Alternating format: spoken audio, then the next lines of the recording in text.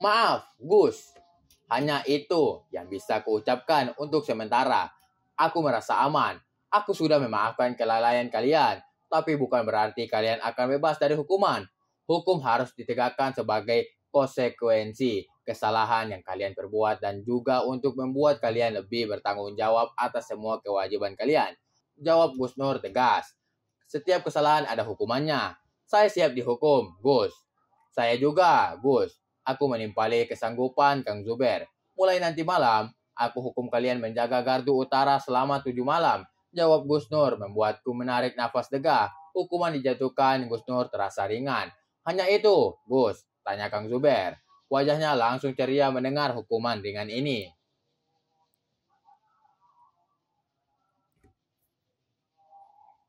Ada 2 lagi. Selama seminggu kalian aku tugaskan membersihkan rumahku dan juga pekarangan, serta mengisi bak mandi. Jawab Gus Nur dengan senyum yang tidak pernah hilang dari bibirnya. Mengisi bak kamar mandi? Gus, bukankah sudah ada, Sanyo? Tanyaku heran. Sebagai hukuman, Sanyo harus dimatikan selama seminggu. Jawab Gus Nur membuatku mengeluh. Tapi bagaimana dengan timbahnya, Gus? Tanya Kang Zuber heran. Setahu kami, sumur sudah ditutupi papan dan tidak ada alat untuk menimba air.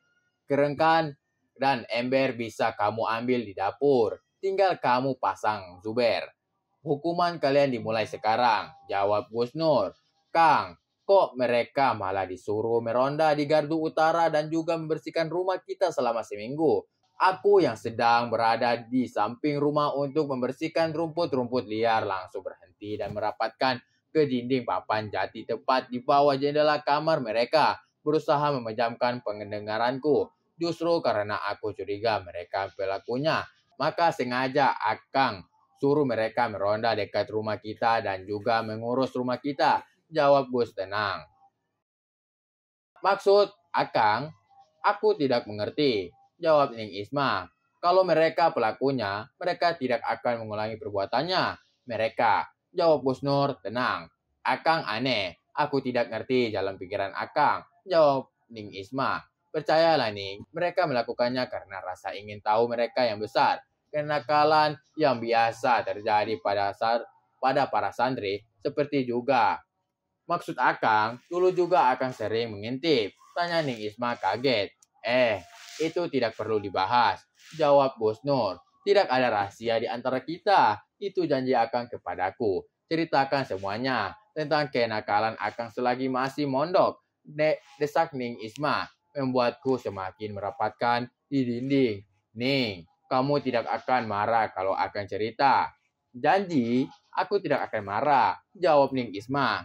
Nih, sejak kecil kita sudah dipersiapkan untuk mengikuti sejak orang tua kita menghafalkan Al-Quran, kitab Jurumiyah, dan banyak lagi kitab yang harus kita hafalkan sehingga kita lupa dengan masa muda kita. Di saat anak-anak seusia kita masih bermain, bersenang-senang, bahkan mereka bebas melihat lawan jenis. Kita terkurung dengan aturan agama yang dijelaskan oleh orang tua kita. Sementara jauh di lubuk hati kita ingin seperti anak-anak lainnya. Gus Nur berhenti bicara. Tak ada sanggahan dari Ning Isma. Nih, pernahkah kamu menatap wajah seorang pemuda tampan dengan cara terang-terangan? Tanya Gus Nur. Aku tidak berani. Aku harus selalu menjaga mataku. Walau kadang aku ingin melakukannya. Tapi kenapa? Nih, tanya Gus Nur, antusias. Entahlah, aku tidak pernah berani memandang wajah tampan. Yang kulakukan hanyalah membayangkan seorang pemuda tampan tersenyum padaku, hanya sebatas itu. Jawab Ning Isma jujur. Ya, aku mengerti karena kita berasal dari tempat yang sama. Orang tua kita sama-sama kiai, menghafal Al-Quran dan kitab adalah keseharian kita. Itu bukan pemberontakan, akan pergi untuk memperdalam ilmu. Jawab Ning Isma. Bukankah seperti itu kejadian yang sebenarnya? Ning, aku selalu berpindah pesantren agar tidak ada yang tahu bahwa aku adalah Gus Nur Rahman, putra Kiai Haji Sahal yang terkenal. Sehingga aku bisa melakukan apapun yang aku suka tanpa mengotori nama Abah. Aku bebas para santriwati yang kuanggap menarik. Bahkan aku sering mengintip mereka saat mandi. Akang, seru Ning Isma terkejut mendengar pengakuan Gus Nur yang tidak disangkanya sama sekali. Kamu boleh marah, Ning. Aku hanya ingin mengakui dosa yang membuatku gelisah. Akang, aku tidak marah. Setiap orang pasti pernah melakukan kesalahan. Karena itulah Allah menyuruh kita bertaubat, maka pintu rahmat akan dibuka lebar. Jawab Ning Ismah lembut, mengintip, dan wanita masih belum seberapa, dan ada dosa besar yang membuatku takut. Jawab Gus Nur membuat jantungku berdebar kencang. Entah dosa sebesar apa yang pernah dilakukan Gus Nur. Akan melakukan zina dengan salah satu? Tanya Ning, suaranya tercekat. Iya, Ning. Jawab Gus Nur membuatku sangat terkejut dan jauh dari dugaanku. Pria yang kuanggap mempunyai karohmah ternyata hanyalah manusia biasa yang bisa melakukan salah satu dosa besar. Aku terdiam, seperti halnya Ning Isma yang tidak mengeluarkan sepatah kata pun. Apa yang kudengar sangat bertolak belakang dengan penampilannya. Rasa hormatku sirna dalam sekejap.